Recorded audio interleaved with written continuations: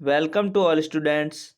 हम पढ़ रहे थे क्लास 9th के साइंस का चैप्टर 5 जीवन की मौलिक इकाई जो कि होती है कोशिका, जिसके हम क्वेश्चन आंसर्स करने वाले हैं। तो पहला क्वेश्चन है, कोशिका की खोज किसने और कैसे की। इसका आंसर हो जाएगा, कोशिका की खोज रॉबर्ट हुक ने की थी और वो एक सूक्ष्मदर्शी से कॉर्क के टुकड़े को देख रहे थे। तब उन्होंने एक मधुमक्खी के सत्ते के समान एक संरचना देखी जिसे उन्हें कोशिका कहा। तो इसको आप इस प्रकार से लिख सकते हैं कि कोशिका की खोज रॉबर्ट हुक ने 1665 में की थी। इन्होंने स्वनिर्मित सूक्ष्मदर्शी से कॉर्क की पतली काट को देखा था जिसमें मधुमक्खी के सत्ते जैसी संरचना दिखाई दी थी। लैटिन भाषा में सेल्यूस कोशिका का अर्थ छोटा कमरा है और यही नाम कोशिका के लिए प्रचलित हो गया था। सेकंड क्वेश्चन है, कोशिका को जीवन की संरचनात्मक व क्रियात्मक इकाई क्यों कहते हैं। तो इसका आंसर हो जाएगा, कोशिका सभी जीवों की मूल इकाई होती है। इसकी संरचना अनेक कोशिकाओं से के द्वारा होती है। कोशिकाओं की आकृति और आकार उनके विशेष कार्यों के अनुरूप होते हैं। कोशिकांगों के कारण ही कोशिका जीवित रहती हैं और वह अपने सभी कार्य पूरे करती हैं। इसलिए कोशिका को जीवन की संरचनात्मक एवं क्रियात्मक इकाई कहते हैं। नेक्स्ट क्वेश्चन है, CO2 यानी कार्बन डाइऑक्साइड तथा पानी जैसे पदार्थ कोशिका के अंदर और बाहर कैसे आ जाते हैं, इस पर चर्चा करें। तो इसके बारे में मैंने आपको बताया था कि जो कार्बन डाइऑक्साइड है वो विसरण द्वारा कोशिका के अंदर और बाहर आ जाती है और जो जल है, जल के अणु प्रासरण द्वारा कोशिका के अंदर और बाहर आ जाते हैं। तो इसका आंसर हो जाएगा, उच्च सांद्रता से निम्न सांद्रता की ओर विसरण द्वारा CO2 तथा पानी जैसे पदार्थ कोशिका के अंदर या बाहर जाते हैं। जब कोशिका में CO2 तथा पानी की सांद्रता कोशिका के बाहर की तुलना में उच्च होती है तो वो बाहर निकल जाते हैं और जब वातावरण में सांद्रता कम होती है तो वो कोशिका के अंदर चले जाते हैं। नेक्स्ट क्वेश्चन है, प्लेज्मा झिल्ली को वर्णात्मक पारगम्य झिल्ली क्यों कहते हैं।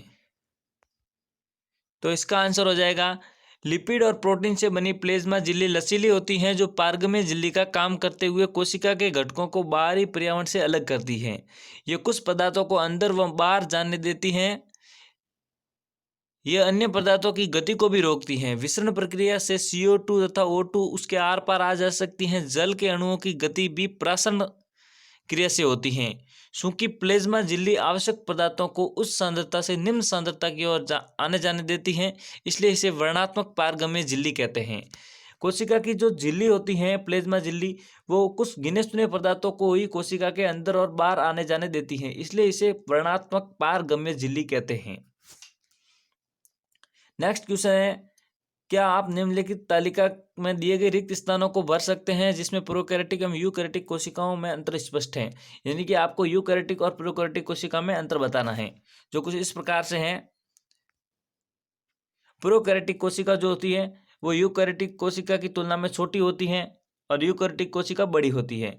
और जो केंद्रक होता है वो प्रोकैरियोटिक कोशिका में अस्पष्ट केंद्रक क्षेत्र के केवल क्रोमेटिन पदार्थ होता है, उसे केंद्रक काय कहते हैं। यानी जो प्रोकैरियोटिक कोशिका होती हैं उसमें केंद्रक के चारों ओर एक सुस्पष्ट झिल्ली नहीं होती है और ये अविकसित सा केंद्र होता है जिसमें केवल क्रोमेटिन के पदार्थ होते हैं, जिसे केंद्रक काय कहते हैं। और जो यूकैरियोटिक कोशिका है उसमें केंद्रक के क्षेत्र जो होता है वो सुस्पष्ट होता है और इसके चारों ओर केंद्र की झिल्ली उपस्थित होती है। और प्रोकैरियोटिक जो कोशिका है उसमें क्रोमोसोम की संख्या 1 होती है, जबकि यूकैरियोटिक कोशिका में क्रोमोसोम की संख्या 1 से अधिक होती है। प्रोकैरियोटिक कोशिका में झिल्ली युक्त कोशिका अंगक अनुपस्थित होते हैं, यानी कि इसके अंदर जो भी कोशिका अंगक होते हैं उनके चारों ओर झिल्ली नहीं होती है।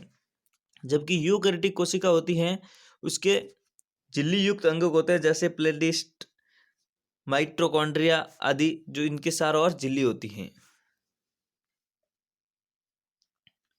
नेक्स्ट क्वेश्चन है, क्या आप दो ऐसे अंगकों का नाम बता सकते हैं जिनमें अपना अनुवांशिक पदार्थ होता है। तो माइटोकॉन्ड्रिया और प्लेटिस्ट में अपना DNA के अणु होते हैं और इनके कोशिका के निर्माण और संगठन में भी ये आवश्यक सूचनाएं होती हैं इनके अंदर। यानी जो माइटोकॉन्ड्रिया और प्लेस्टिड हैं इनके अंदर अपना DNA होता है। नेक्स्ट क्वेश्चन है, यदि किसी कोशिका का संगठन किसी भौतिक अथवा रासायनिक प्रभाव के कारण नष्ट हो जाए तो क्या होगा? तो इसका आंसर हो जाएगा कि यदि किसी कोशिका का संगठन किसी भौतिक या रासायनिक प्रभाव के कारण नष्ट हो जाता है तो कोशिका का अपशिष्ट निपटान वाला तंत्र लाइसोसोम फट जाता है और एंजाइम अपनी ही कोशिकाओं को पाचित कर देता है।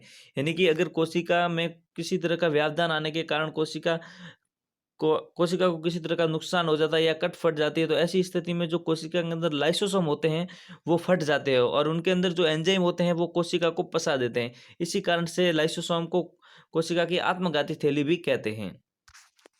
और जो इसका नेक्स्ट क्वेश्चन भी यही है, लाइसोसोम को आत्मघाती थैली क्यों कहते हैं? तो जब कोशिका मृत या क्षतिग्रस्त हो जाती हैं तो लाइसोसोम फट जाते हैं और इसके अंदर के जो एंजाइम होते हैं वो अपनी ही कोशिका को पचा लेते हैं, इसलिए इसे कोशिका की आत्मघाती थैली भी कहते हैं। नेक्स्ट क्वेश्चन है, कोशिका के अंदर प्रोटीन का संश्लेषण कहाँ होता है? तो इसका आंसर हो जाएगा, कोशिका द्रव्य में राइबोसोम छोटे छोटे कणों के रूप में अंतःप्रद्रव्य जालिका के तल पर केंद्रक झिल्ली के ऊपर मिलते हैं जो कि प्रोटीन का संश्लेषण करने में सहायक होते हैं। यानी कि जो कोशिका द्रव्य में राइबोसोम्स होते हैं वो प्रोटीन का निर्माण करते हैं कोशिका के लिए, और राइबोसोम्स को प्रोटीन की फैक्ट्री भी कहते हैं।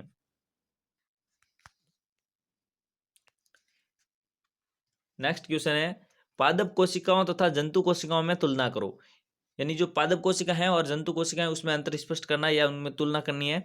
तो पहले जो पादप कोशिका में कोशिका भित्ति उपस्थित होती है, जबकि जंतु कोशिका में कोशिका भित्ति उपस्थित नहीं होती है, उसकी जगह पर कोशिका झिल्ली होती है। जहाँ पादप कोशिका में कोशिका भित्ति सेलुलोज से बनी होती है, वहीं जंतु कोशिका में कोशिका झिल्ली जो होती है वो लिपिड और प्रोटीन से बनी हुई होती है। और पादप कोशिका में क्लोरोप्लास्ट पाया जाता है, जबकि जंतु कोशिका में क्लोरोप्लास्ट नहीं पाया जाता है। और पादप कोशिका में क्रोमोसोम नहीं होते हैं, जबकि जंतु कोशिका में क्रोमोसोम्स होते हैं। और पादप कोशिका में रसदानियां बड़ी होती है, जबकि इसकी अपेक्षा जंतु कोशिका में रसदानियां छोटी होती हैं। और पादप कोशिका में लाइसोसोम्स की संख्या बहुत कम या अनुपस्थित होते हैं, जबकि जंतु कोशिका में लाइसोसोम की संख्या बहुत अधिक होती है। नेक्स्ट क्वेश्चन है, प्रोकैरियोटिक एवं यूकैरियोटिक कोशिका किस प्रकार से भिन्न है? यानी प्रोकैरियोटिक और यूकैरियोटिक कोशिका में अंतर बताना है। इसका आंसर हो जाएगा, अधिकांश प्रोकैरियोटिक कोशिका एक कोशिक होते हैं। यानी जो एक कोशिकीय जीव होते हैं जैसे अमीबा है, पैरामीशियम है, इनकी जो कोशिका होती है वो अधिकांश प्रोकैरियोटिक होती है। जबकि यूकैरियोटिक कोशिका अधिकांश बहुकोशिकीय जीवों में होते हैं, जैसे कवक है, प्राणी है वगैरह, इनमें यूकैरियोटिक कोशिकाएं होती हैं। प्रोकैरियोटिक कोशिका यूकैरियोटिक कोशिका की अपेक्षा छोटी होती हैं, जबकि यूकैरियोटिक कोशिका में सुस्पष्ट केंद्र होता है और प्रोकैरियोटिक कोशिका में केंद्रक झिल्ली की अनुपस्थिति होती है। और प्रोकैरियोटिक कोशिका में एक क्रोमोसोम होता है, जबकि यूकैरियोटिक कोशिका में एक से अधिक क्रोमोसोम होते हैं। यूकैरियोटिक कोशिका में झिल्ली युक्त कोशिकांग पाए जाते हैं, जैसे लाइसोसोम, गोल्जी उपकरण, अंतर्द्रव्य जालिका, माइटोकॉन्ड्रिया आदि। जबकि प्रोकैरियोटिक कोशिका में इनके ऊपर झिल्ली नहीं होती है, यह झिल्ली युक्त कोशिकांग जो होते हैं वो अनुपस्थित होते हैं। प्रोकैरियोटिक कोशिका में अधिकतर कोशिका का विभाजन द्विखंडन विधि द्वारा होता है, जबकि यूकैरियोटिक कोशिका में कोशिका का विभाजन समसूत्रण द्वारा होता है, जो दो प्रकार के होते हैं, अर्धसूत्री और समसूत्री। और प्रोकैरियोटिक कोशिका जीवाणु तथा नीले हरे शैवालों में पाई जाती हैं, जबकि यूकैरियोटिक कोशिका कवक, पादप अथवा जंतु में पाई जाती है।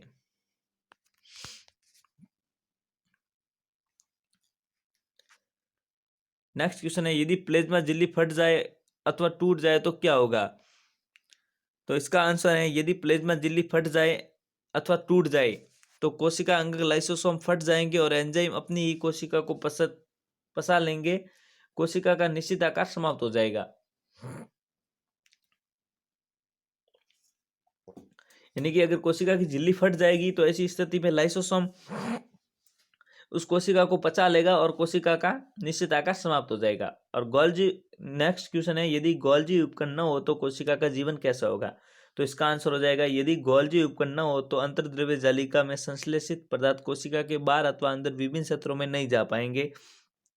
यदि लाइसोसोम को बनाने में सहायक हैं जिससे कोशिका का अपशिष्ट निपटाया जाता है, गोल्जी उपकरण के बिना कुछ पदार्थों का संचयन एवं रूपांतरण नहीं हो पाएगा। यानी अगर गोल्जी उपकरण नहीं होंगे तो जो अंतर्द्रव्य जालिका जो पदार्थ बनाती हैं वो कोशिका के अंदर या बाहर हम नहीं ले जा पाएंगे। और जो लाइसोसोम बनने में गोल्जी उपकरण लाइसोसोम्स बनने में गोल्जी उपकरण का एक बहुत बड़ा योगदान रहता है। इसके कारण अगर लाइसोसोम्स नहीं बनेंगे तो कोशिका में अपशिष्ट का निपटान नहीं हो पाएगा, यानी कि कह सकते हैं कि गोल्जी उपकरण के बिना पदार्थों का संचयन एवं रूपांतरण नहीं हो पाएगा। नेक्स्ट क्वेश्चन है, कोशिका का कौन सा अंग बिजली घर है और क्यों? तो इसका आंसर हो जाएगा माइटोकॉन्ड्रिया कोशिका का बिजली घर है। इसे कोशिका के भोजन पदार्थों के ऑक्सीकरण का स्थान माना जाता है। इसके श्वसन से पर्याप्त मात्रा में ऊर्जा मुक्त होती है, इसी कारण कोशिका का ऊर्जाघर कहा जाता है। यानी कि जो कोशिका में जितनी भी ऑक्सीजन का ऑक्सीकरण होता है और ऊर्जा का निर्माण होता है वो माइटोकॉन्ड्रिया के अंदर होता है, इसलिए कोशिका के ऊर्जाघर के रूप में या बिजली घर के रूप में माइटोकॉन्ड्रिया को जाना जाता है। नेक्स्ट क्वेश्चन है, कोशिका झिल्ली को बनाने वाले लिपिड तथा प्रोटीन का संश्लेषण कहाँ होता है? तो इसका आंसर हो जाएगा खुरदरी अंतर्द्रव्य जालिका पर लाइसोसोम्स लगे होते हैं जो प्रोटीन का संश्लेषण करते हैं। चिकनी अंतर्द्रव्य जालिका पर लिपिड का संश्लेषण होता है। यानी अंतर्द्रव्य जालिका है वो कुल मिला के लिपिड और प्रोटीन दोनों प्रकार के जो है दोनों का संश्लेषण करती हैं, जिसके कारण कोशिका झिल्ली का निर्माण होता है। नेक्स्ट क्वेश्चन है, अमीबा अपना भोजन कैसे प्राप्त करता है? तो इसका आंसर हो जाएगा कोशिका झिल्ली में लचीलापन होता है जो अमीबा को बाह्य पर्यावरण से अपना भोज्य पदार्थ एवं अन्य पदार्थ ग्रहण करने में सहायता करते हैं। जिस प्रक्रिया में अमीबा अपना भोजन ग्रहण करता है इसे एंडोसाइटोसिस कहते हैं। यानी कि ये क्या होता है, एक कोशिकीय जीव होता है अमीबा और इसका आकार कोई निश्चित नहीं होता है। तो ये जब किसी की भी पदार्थ के नज़दीक जाता है तो उसके चारों ओर एक घेरा बना देता है और फिर धीरे धीरे उस पदार्थ को पचा लेता है। इस प्रक्रिया को एंडोसाइटोसिस कहते हैं। आमतौर पर एक कोशिकीय जीव इस प्रकार से ही अपना भोजन ग्रहण करते हैं। नेक्स्ट क्वेश्चन है, परासरण क्या है? तो इसका आंसर हो जाएगा जल के अणु की गति जब ऋणात्मक पारगम्य झिल्ली द्वारा उस सांद्रता की ओर से निम्न सांद्रता की ओर जाए तो उसे परासरण कहते हैं। यानी कि जो जल का आवागमन है कोशिका के अंदर और बाहर, इस क्रिया को परासरण कहते हैं। नेक्स्ट क्वेश्चन है, सिले हुए आधे आधे आलू के 4 टुकड़े लो और इन चारों को खोखला करो जिससे कि आलू के कप बन जाए और एल इनमें से एक कप को उबले हुए आलू को से बनाना है और एल आलू के कपों को जल के बर्तन में रखो।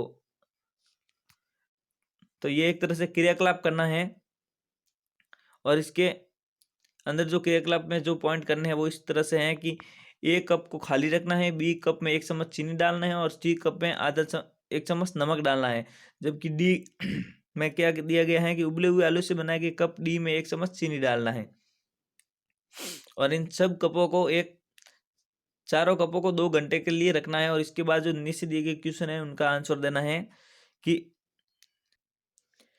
बी तथा सी खाली भाग से जल क्यों एकत्रित हो गया, ए आलू का प्रयोग के लिए क्यों महत्वपूर्ण है, ए तथा डी आलू में खाली भाग में जल एकत्रित क्यों नहीं हुआ। इन सब के ये जो 3 पॉइंट है इनका इसमें आंसर देना है। तो इसका आंसर कुछ इस प्रकार से हो जाएगा। पहले का बी और सी कप में जल एकत्रित हो गया है।